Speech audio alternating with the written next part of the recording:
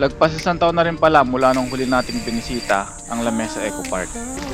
Ngayon, samahan nyo akong tignan ang update sa lugar na ito. Tinanggal na pala nila yung bike lane dito sa part ng Regalado. So, good afternoon. Pupunta tayo ng Eco Park ngayon. Grabe init. Tagal-tagal tayo nakapagpadya kaya dahan-dahanin lang natin to. Pagbaba na lang dyan yung Pearl Drive. Yung footbridge sa tawir natin mula dito hanggang sa kabila. Init. Kung magko-commute ka pupunta ng Eco Park, may mga tricycle dyan, oh. Pwede kang marikila. Dati 50 pesos yan. Ewan ko anong hindi ko alam kung ano na yung pamasahe ngayon doon. So doon tayo sa Pearl Drive. Medyo konti dumadaan ngayon. Sarap mag-bike. Nag-iisip ako na pumunta ng Arcero sa Manila. Kaso nga lang wala tayong extra na inner tube. Kaya ito lang tayo sa malapit. Naginip pa naman ako kagabi na nabutasan tayo ng 2 gulong sa bike. Tayo sa malapit lang para sure sakaling magkaberya madaling magtaksi.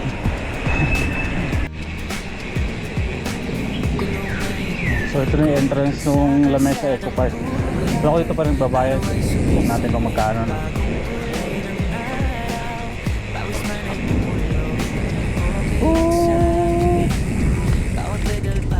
Ay po, magkano?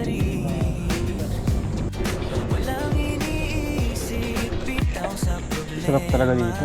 Kaya pa lang.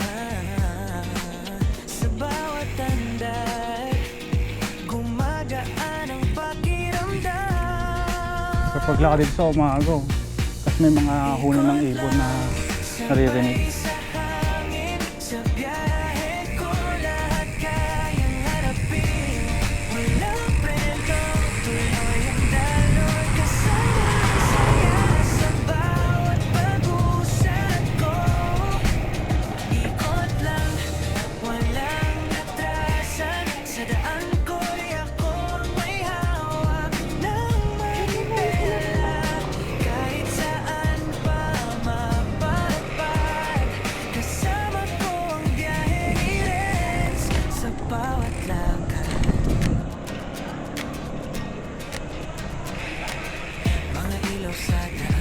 Sumasabay sa galaw, parang musika ng gabi. Ako'y sinasaya, bawat iko ng kalsada. Bawat kwento, bawat ikot ng bulong. Ako'y Pero may konting ahon. hindi kailangan ng tiyak na destinasyon. Banayad lang naman yun. Siguro mga 100 or 50 meters lang.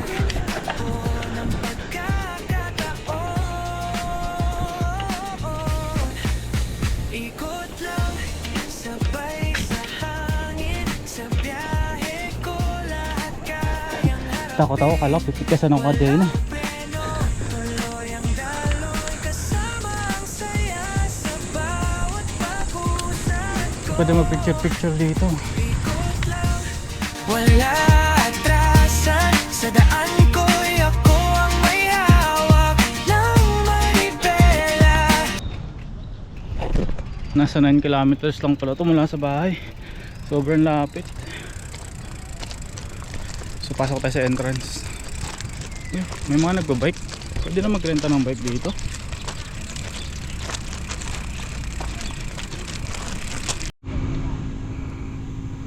Ito pala yung mga bike na pinaparenta. Dala puro blue. Parang sa Quezon City Circle dati may ganito. Pasok tayo dito sa mismong Eco Park. Ito dati nakalagay yung yung ticket booth. Kaso nilagay nga doon sa pinakaunahan.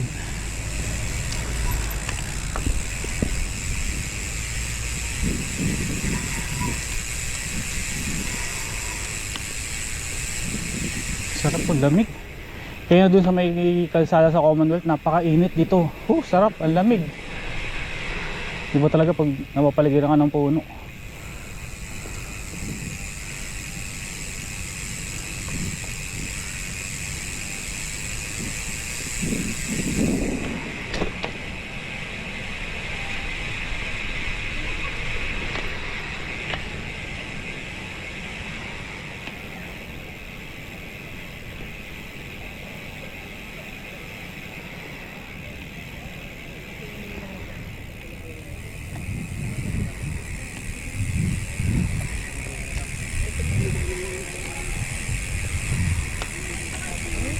Ang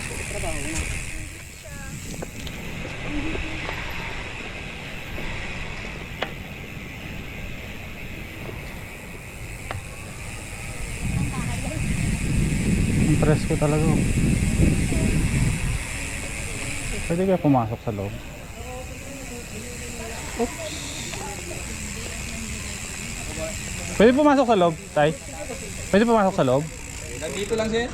Hanggang dito lang? Opo, depende kasi sa badge na sir, sa orange. Ah, sa orange. Saan makakuha ng orange? Doon sir, sa lobby. Sa So may tapat ng parking. So ganun pa rin pala yung process na kailangan na lang pumunta dun sa may ano ba yun? Admin ba tawag nila dun para kumuha na itong orange badge para makapasok dun sa tawag dyan mini forest na yan. Kaso nga one tayo lang papasok sa mini forest ngayon, wala na raw tao dun eh. Tapos kaya na pantanghali yung huling kumuha ng ticket. Good luck.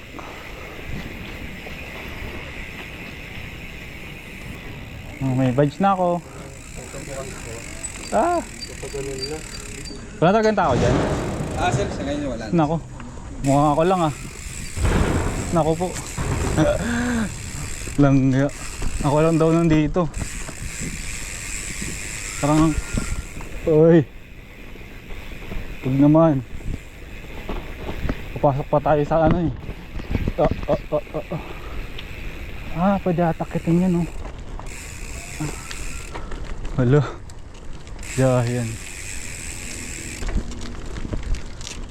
Nakakit ata yan. Nakatin nga natin.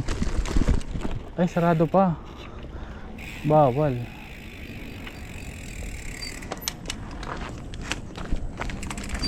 So nandito yung ano, yung lamesa dam sa taas niyan. Kaya bawal. Bawal pumasok. So andun yung mini forest. Tapos ako lang mag-isa dito. Nadalawang isip akong pasukan eh. Ano ba naman oh? Parang abandoned place na. Even though nalinisan na to. Last year na pumunta tayo dito, maraming damo dito, napakataas.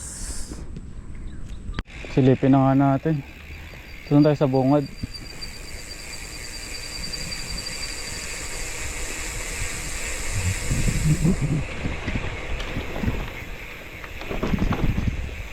Ito yung dating atrium eh.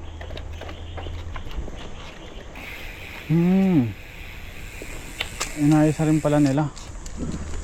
Dati last year nung pinuntahan natin to, napaka taas ng mga damo.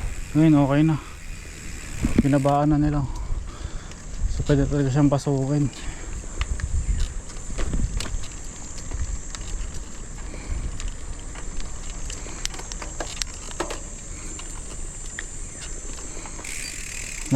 Andun pa yung forest, mula doon hanggang dito paikot yan eh. May video tayo dyan last year, panoorin nyo na lang. Hindi natin papasukin mag-isa yan, medyo nakakakilabot. Mag-isa lang tayo eh. Alam ko karugtong din doon ng Lamesa Eco Reserve, na bike na rin natin yun eh. More or less 50 kilometers yung isang ikot doon. Tapos puro puno, gubat din. Sana maayos pa nila to. Sarap lambayan ito. Na puntahan ko to nung dati. Itong part na to puro green. Ano yun, after ng ulan. Kaya berdeng berde yung paligid. Sana maayos pa.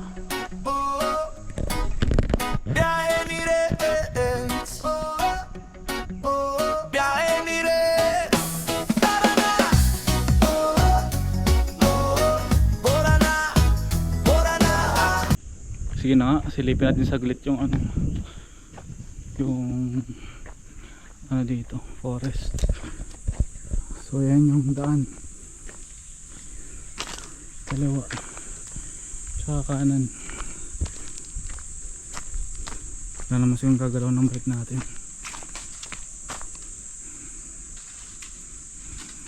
Wag na lang pala, balik na tayo, nasilip na natin eh. Uwi na tayo pero kain muna tayo mamaya sa labas. Yung mga kainan dun eh.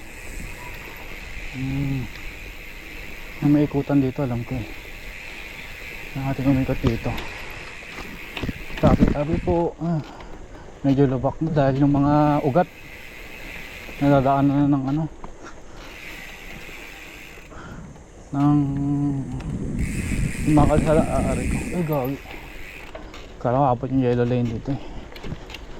Ito lang pala.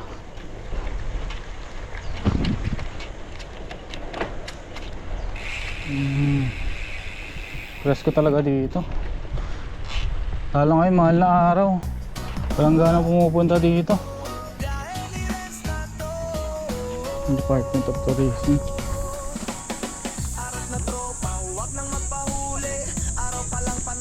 Malawak ko pala yung tambayan, meron dito dito yung sakop ng ano, 20 pesos na entrance fee.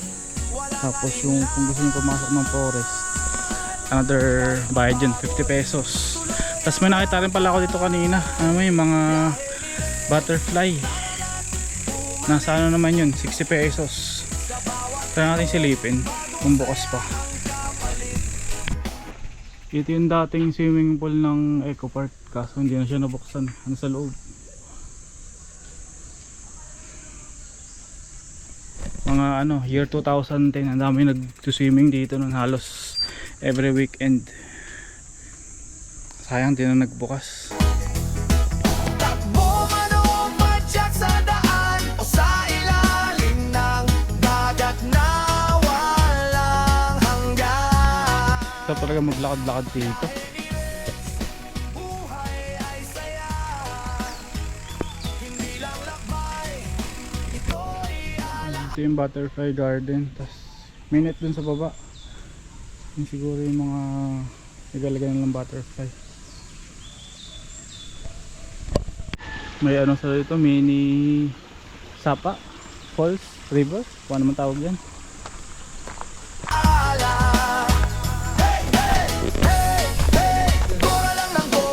Klase ng butterfly sir, may kanya-kanyang Ito yung mga caterpillar.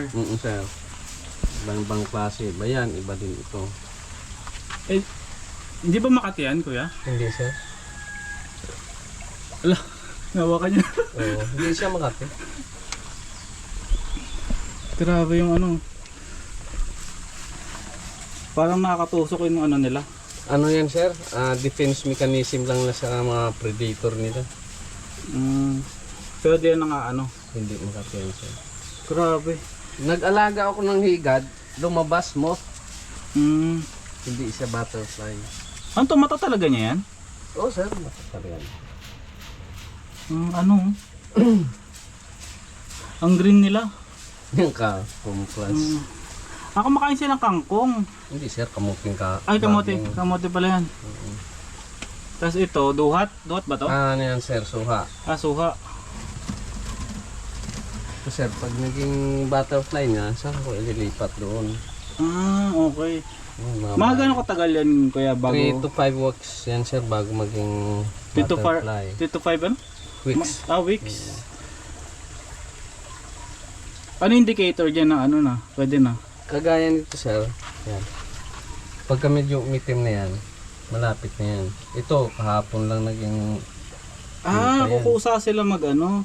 Kasi sasabit mo Ito na yan, lang sir. dyan. Oo, isasabit ko kasi pag hindi sinabit, madideform yung pakpak nila. Okay. Stig Parang yung Pokemon talaga to yun. Ang cute. Lalaki. Sige. So ito yung cycle ng butterfly. Egg, adult, butterfly. Ay hindi pala. Egg. Ito yung larva yung kanina. Tapos magiging sila ng pupa. Yung nakasabit sa ano kanina. Tapos yun na, butterfly.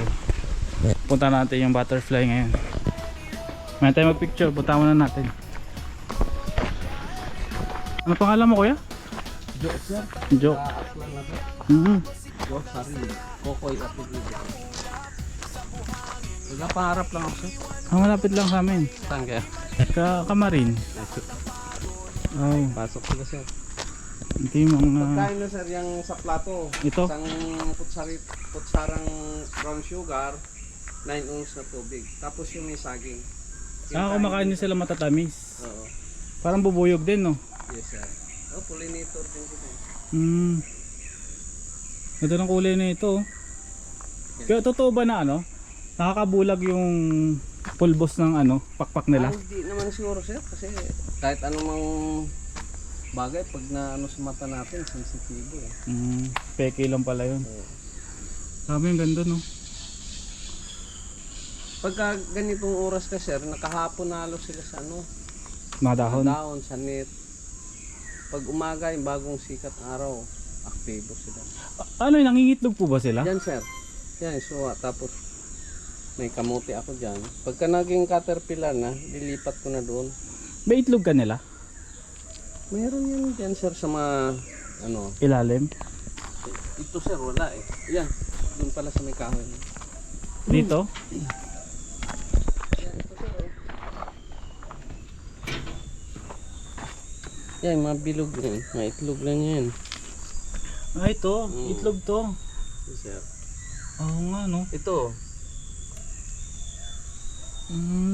Yan. Itlog pala ng ano yan. Yan oh. Okay. Ito, pakpak na. Namatay na siguro yan. Nahulugan ito pa. Nahulog yung pakpak ng paro-paro. Ito, kumakain sila. Lang hanggan biyahe ni Renz, buhay ay saya, hindi lang lakbay. Parang patay na ata yung isa. Yan ang mga galaw ko yung isa. Kung saan man tayo dalhin ng hangin, May koi pan din pala sila dito. Ganda ng isa kuya oh. Para may pakpak na ano. Hindi ba to koi? Butterfly koi. Okay. So sabi ni kuya, last year June lang daw pala to binuksan. Kaya nung ulit tayong pumunta dito, March last year, sarado pa to. Kung pupunta kayo ng Eco Park, make sure na pupuntahan nyo to. Hindi nga ako paket. Na kayo, may tindahan din pala dito kasi yung iba sarado na. Sarado na? Opo, sir. Nahuho na ako. Wala na talaga katsonte. Meron din pala dito ano.